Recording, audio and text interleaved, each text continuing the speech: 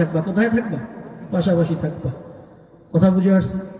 অন্য হাদিসের মধ্যে আল্লাহ রাসূল সাল্লাল্লাহু আলাইহি ওয়াসাল্লাম বলেন, মা মিন আবদিন ইয়ামসাহু ইয়াদাহু আলা রাসি ইয়াতীমিন তারাহুমান লাহু ইল্লা আ'তাহু আল্লাহু বিকুল্লি শারাতিন নূরান ইয়াউমাল কিয়ামাহ। সুবহানাল্লাহ বলেন। সুবহানাল্লাহ। আল্লাহ রাসূল সাল্লাল্লাহু আলাইহি ওয়াসাল্লাম বলতেছেন, মা মিন আবদিন ইয়ামসাহু ইয়াদাহু আলা রাসি ইয়াদিহি, আল্লাহর কোন বান্দা, যেই কোন বান্দা কোন ইয়তীমের মাথার উপর হাত বুলায়, মা মিন আবদিন ইয়ামসাহু ইয়াদাহু, হাত বুলায়, নিজের হাত বুলায়, আলা রাসি ইয়াতীমিন, কোন ইয়তীমের মাথার উপর। এখন হাতটা বুলাবে কি জন্য? চুল ধরে ঘাড় ধাক্কা দিয়ে বের করার জন্য নাকি? রাসূল বলেন, না না না, তারা হুমাল্লাহু, ওই এতিমের প্রতি দয়ার হাত বুলাবে, এতিমের প্রতি স্নেহের হাত বুলাবে, এতিমের মাথায় হাত বুলাবে ভালোবাসার হাত।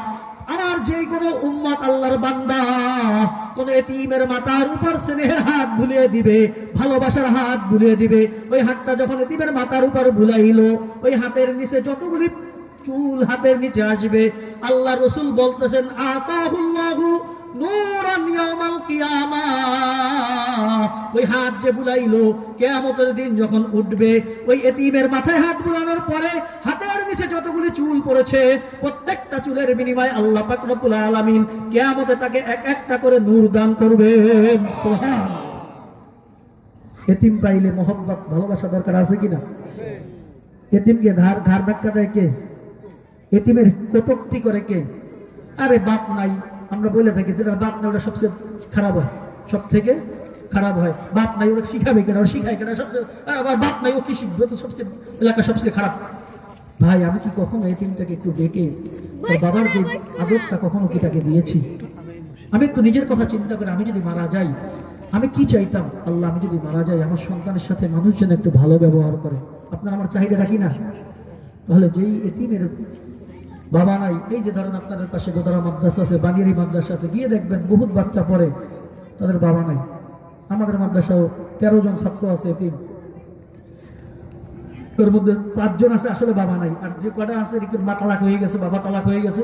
এতিমের কোটায় সম্পূর্ণ ফ্রি খাওয়াই আমরা আমাদের মাদ্রাসায়, ভর্তির টাকাও নেই না, সম্পূর্ণ ফ্রি। এতিম যারা পড়ে আমার মাদ্রাসা, আমি যেখানে আছি, এতিম যারা হয় একদম ফ্রি, ওর ভর্তির টাকা টাকা কিছু নেই না, জামা কাপড় বানাই দেই, মাঝে মাঝে তেল সাবান যা লাগে কিনে দেয়, আলহামদুলিল্লাহ।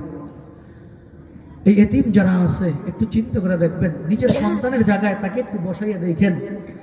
ছেলেটার বাবা নাই, ছেলে বাবার আদর কখনো পায় নাই, এই ছেলেটাকে যদি একটু আদর করে, আমার মনটা কতটা খুশি হবে। ওকে যদি একটু আদব শিখাই আমি, তাহলে শিখবে না? শিখবে কি শিখবে না? শিখবে।